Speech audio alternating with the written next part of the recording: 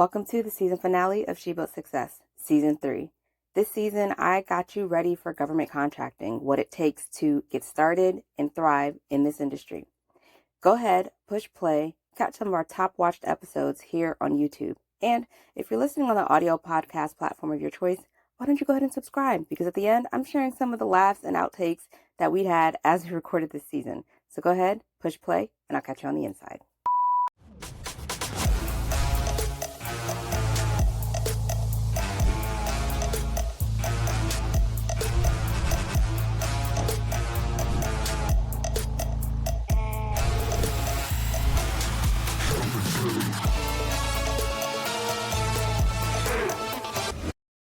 I said this before, but FPDS is just one of many resources, and that's FPDS, so Federal Procurement Data System.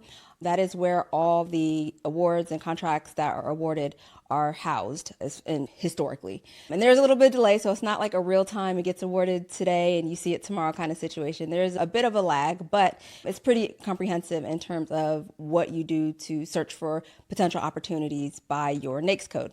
Now, if you're new here, the one thing I love talking about and am intentional about for Season 3 is government contracting for small businesses.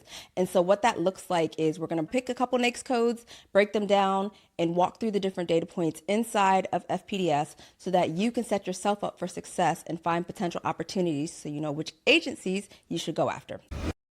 The point is just stay abreast on what's happening. You don't have to, like I said at the top of the podcast, I am not a political expert by any stretch of the imagination, but it really is. I have been looking at it from the lens of small business and what does that mean for my small business and how can I make sure that we're aligned with the right opportunities should and when they come about. So I'm just trying to give you like a real example, like real tangible, this happens and this is how you can respond versus being like, oh, I give up, I can't do this. No, small businesses will still need to be here. I'll look up the stats. I don't know off the top of my head, but small business revenue within the US is ginormous as far as what they produce. So just keep that in mind. And I think that if you're looking to get into government contracting, but you're not quite sure where to start, hit me up in the DMs or shoot me an email, or we have voicemail on shebuiltsuccess.com, so you could ask your question via voicemail and I will get back to you, not somebody from our team. If you leave a voicemail, I get back to you regardless. It's me. My team helps me parse them, but I will get back to you and get you an answer, or answer on a live or answer here on the podcast. But I really want you to not be scared to understand what's happening and how your business can fit in that pocket. I think that now more than ever, we need to be proactive instead of reactive. I think right now the climate is very reactive and fearful, and I don't want you to try to set your business up in a means where it's set up for failure. I would say when it comes to this type of thing, you have to be very committed and passionate about it in order for it to work. This job, it's very labor filled. I know there's a better word for it, but it does require a lot of hard work, a lot of dedication. It'll definitely take a strain on your body after a while. You're up for so You're long. walking, you're walking steps, you're lifting heavy stuff all the time, making sure that you're fit. That's a big thing. Yeah. But more than anything, like I said, if it's something that you're passionate about and you really love it, then do it. Yeah. If it's something you're iffy on and it's just, I could just do it, whatever, don't do it. Don't do it. Because eventually, once you get to the point where you're at the end of the day, you've done 7 to 10 faces for a wedding, you're working on one apple and a bite of a piece of bread. And sometimes not even that. You're just working on 3 sips of water. Okay? Yeah. Once you get to that point, you really sit back in your car and you thinking, do I really want to do this? Yeah. Do I really like this? Or even just having to get up at 3 a.m. for a full day of client. You really dedicated to doing that. You have to love it in order to do something like that, because it doesn't matter what I have to do in any aspect of my business. So I want you to think about when you're building your relationships, are you touching on all of those key players? Because at some point in time, they may come to good use for your company and for your business. I know we've had interactions with on the small business side, as well as on the analyst side. And I guess we've touched all at this point. We touch all areas. But what ends up happening is, oh, I know a person, or, oh, I know a vendor. Or even if we don't fit the bill, we've recommended other small businesses for a contract opportunity. Now, whether or not they got it, of course, that's up to that business. But it's just the importance of developing and cultivating those relationships actually matters. All right, so let's recap what we just covered. We talked about the need and the market research that is done in the very, very beginnings of a solicitation process. We talked about the acquisition strategy and how the government workforce chooses and helps to weed out what that looks like in size and in complexity. We talked about how they develop their requirements and what they actually need to be fulfilled. And then we talked about the internal process very lightly of what that looks like and how it sources through. Then we also talked about the key players as well as what the funding would look like. I think a lot of times small businesses think that's exactly who I need to talk to. Actually, it's not. I'm going to tell you who you need to talk to. You need to find who the program office people are. Like it could be the manager, typically the manager. It could be, I call them worker bees. These are the people that do like the day-to-day ins and outs of the project, but not necessarily at the managerial level. You need to find those individuals. That's who you need to start developing relationships with, having conversations with to understand where gaps are or where you may be able to fit it in the project, or it may be up for a recompete. And you can go and work with the prime and do a subcontract like I talked about at the top of the podcast. So I want you to put you in a position where you are not scared to get a contract signed and you are aware of what's possible in government contracting. Again, it's not about the multi-million dollars. Yes, we all want to get there, right? We want to get you to that multi-million dollar moment. However, to get started, to get your foot in the door, to be able to get that contract signed, I think purchase cards is the way to go. So think about how you can position your services. So like I said, as an online business, it's sometimes hard to translate what I do online or what I do as a small business to government. And I'm here to help for that. So if I can be a resource, hit me up in the DMs. I got you covered. But what I think you should think about and shift your mindset in is what's that one step that I could take to get me into government contracting? And again, to me, that one step is micro purchases or purchase cards. So do you have an offer available that you can swipe a credit card and the government can swipe the credit card for your services or for your product? And if not, go to shebuiltsuccess.com/resources. I got you covered. She Built Success to me is really about not only showcasing entrepreneurs and their journey and what their definition of success is and interesting topics or projects that they may be working on that they should then come on to the pod, but it's also about empowering and helping small businesses win in government contracting and win the right way and understanding that it is a journey. It is one that has its ebbs and its flows and that you have to prepare for. It's more than just, I just won my first multi-million. It's more, you know what, I just made headway. I learned about this particular program and my service or my product can fit that need or fulfill that need. To me, the mission is still to show you what success can look like, to hear your success stories and potentially feature you, and to talk about the wins and the losses and still mom life, because y'all know that ain't going nowhere. But it really is to continue to bring me fully, but knowing that small businesses, you guys can make it happen. You guys can take this path. You can find a space of what you need or what the government needs to purchase from you that makes sense. What's your definition of success?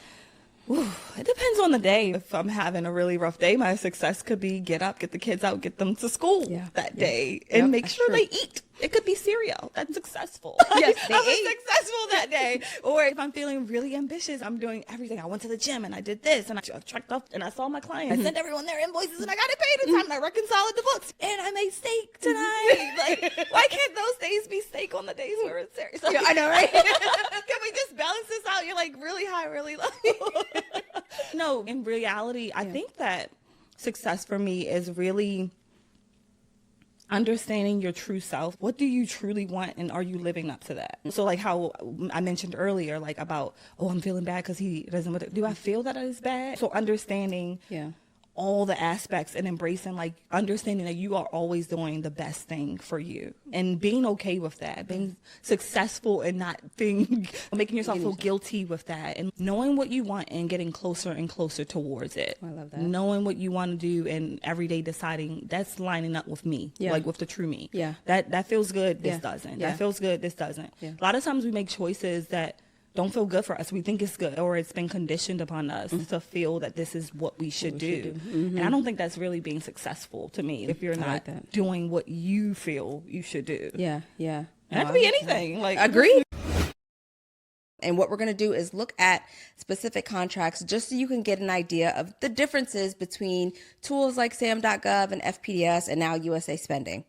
So if you click on the Start Searching Awards, an award is nothing but a contract that was awarded, is what they call it in the government space. An award and a contract is one and the same. So if you click on Start Searching Awards, it brings you to this screen here where you're able to put in different filter values. Now, these filter values, you can filter on if you know a particular company, like for instance, let's say Lockheed Martin or Raytheon, you could put them in as a vendor.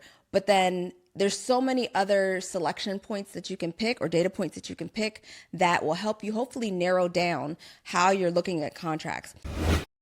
The point I'm trying to explain or show is just because it's a NAICS code, it doesn't mean the PSC code would be the same thing. It's not a one for one. It's more like a one to many type of a situation. And so it's important that you're looking at both the NAICS code and taking down the PSC codes, because what that means is sometimes, like for instance, the government does, I call them the other categories, the things that end in like 990 or 999, something like that. Those are like the other buckets for different NAICS categories.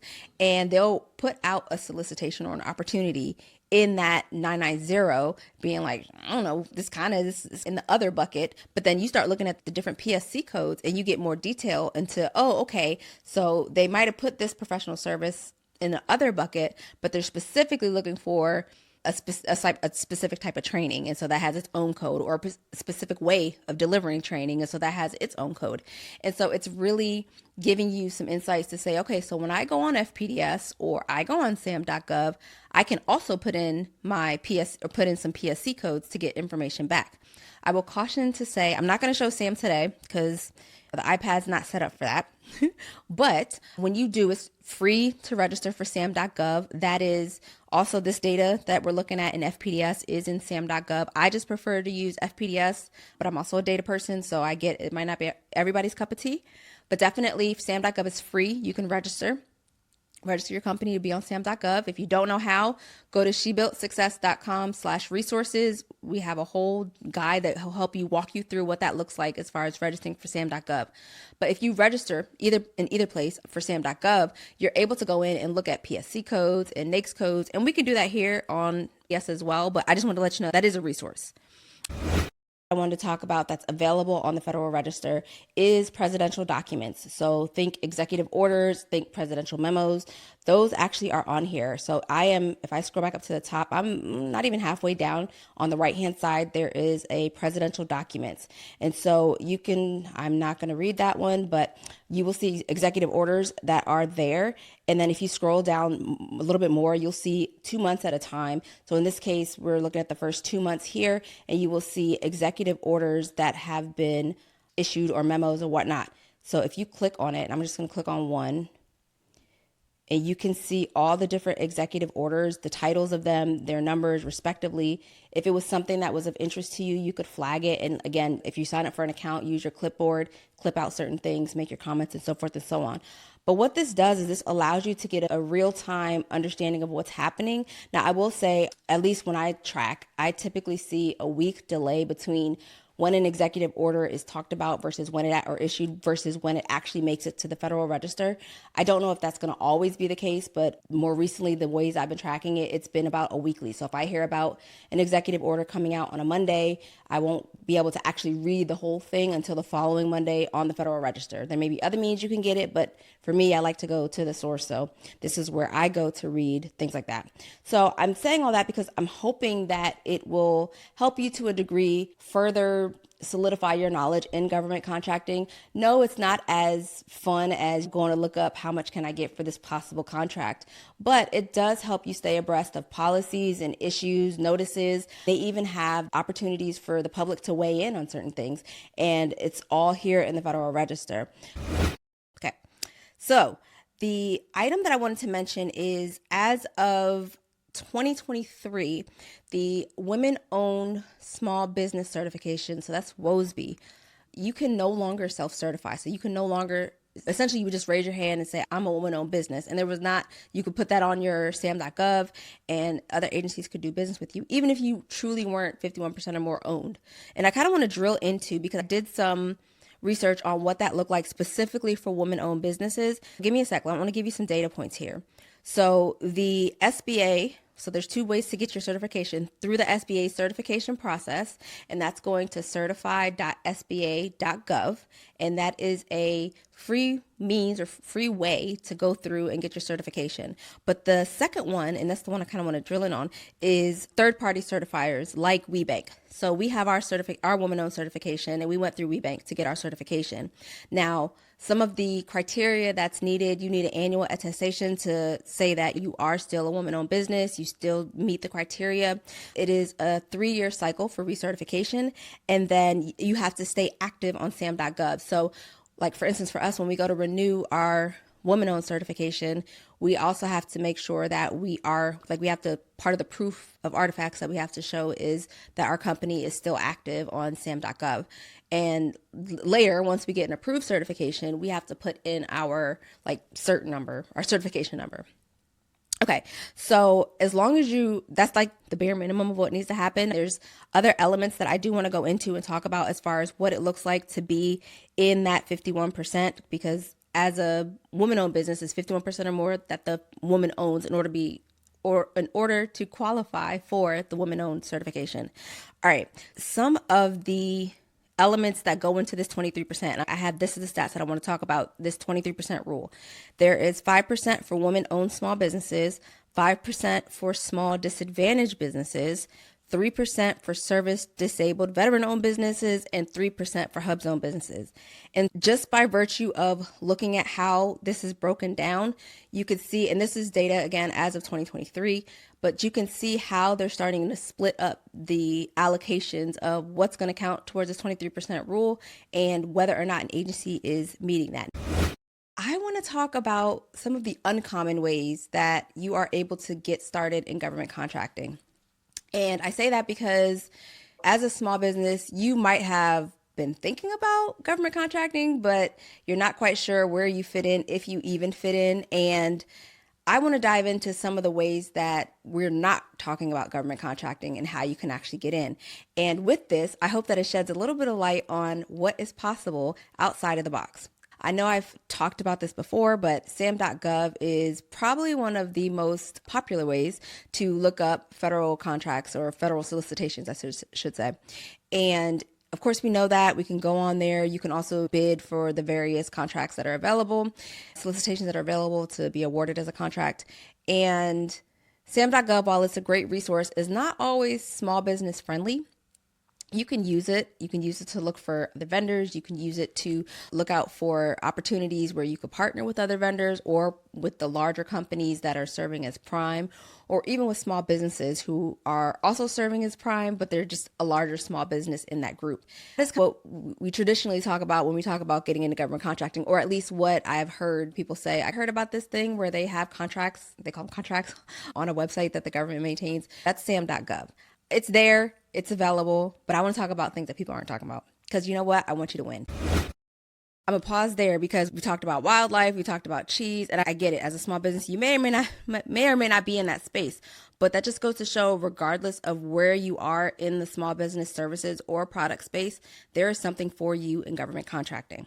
All right, so we're gonna keep going because I have some more. Well, wait, there's more. Okay, so this one is crazy. This one I saw and I was like, what? This one is exploding whale removal. What? This NAICS code is 562910, which is remediation services. And here it's saying that some coastal states have been granted contracts whenever there's like a whale that washes up on shore, and they basically explode them to help them decompose quicker. So I was like, that's like crazy. I'm looking at this and I'm like, could technically like a person who is into pyrotechnics, or I think that's the correct thing, and I think I like fireworks and things, would they be in a position to actually bid on it because they have the experience? I don't know. Or do you need to be like an animal specialist person that has that experience? I don't know, but there you go. So that's that particular contract. What up? What up? Here we go. Yo. Oh, my chin can be blocked. My dad teased me. He come tell me when I was younger I have a J-Lo, no chin. So I get used to it. Yeah, I know. Sorry. I was like, Claudia, you looking cokey-eyed. Get your life together.